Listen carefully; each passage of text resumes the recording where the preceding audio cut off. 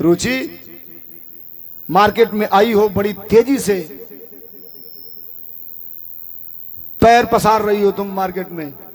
एक बात सुनना, जीवन में दो चीजें तुम हमेशा इस बात को नोटिस करना, नोटिस, गठियाने की बात नहीं कर रहा हूं, नोटिस करना। जब कभी बड़े लोगों के बीच में रहना तो गंभीरता पूर्वक वो क्या कह रहा है इसको जरूर नोटिस करना। और ऑडियंस जब देखना तो ऑडियंस को जरूर नोटिस करना कि ऑडियंस चाहता क्या है। जो इसको पढ़ लिया, इनको पढ़ लिया, वही सबसे बड़ा गायक हो गया। यही एमपी और एमएलए बनाने की फैक्ट्री है ये लोग। हो लौट के आना, ऐसे तुम हमको न भुलाना।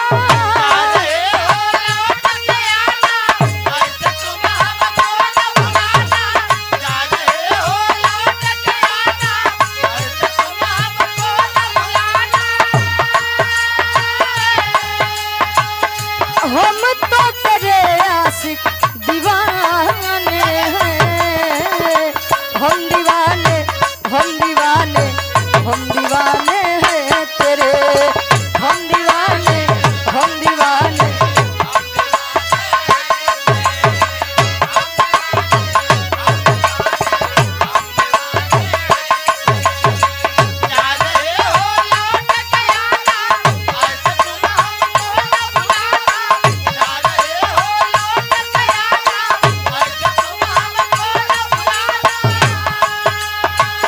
हम तो तेरे आशिक पुराने हैं, हम दीवाने, हम दीवाने, हम दीवाने हैं तेरे, हम दीवाने।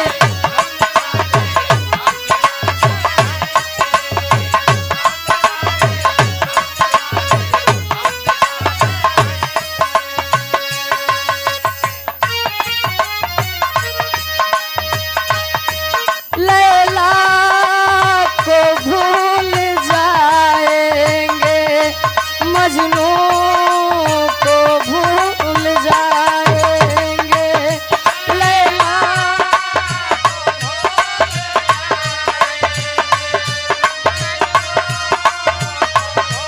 वाह,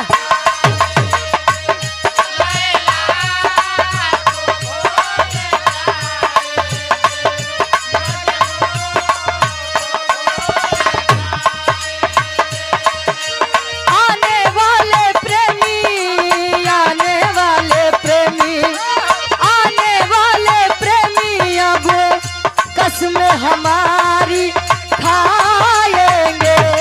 लैला को भूल जाएंगे, मजनू को भूल जाएंगे। लैला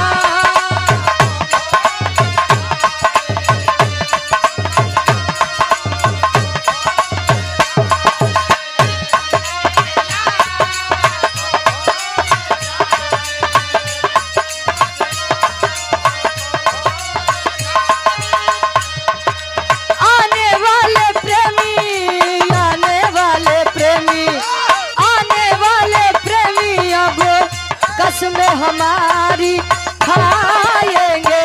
लैला को भूल जाएंगे, मजनू को भूल जाएंगे।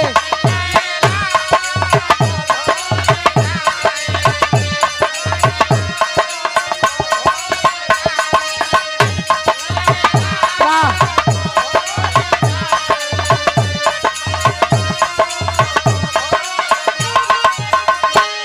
आप आदरणीय परम सम्मानित धर्म क्या बाबूजी श्री राजा हो,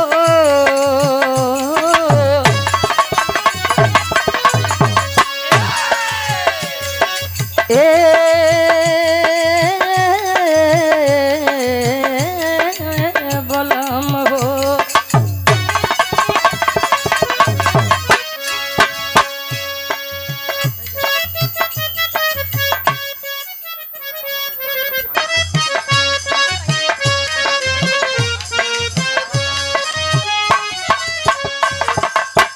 कैसे में आई, कैसे में आई,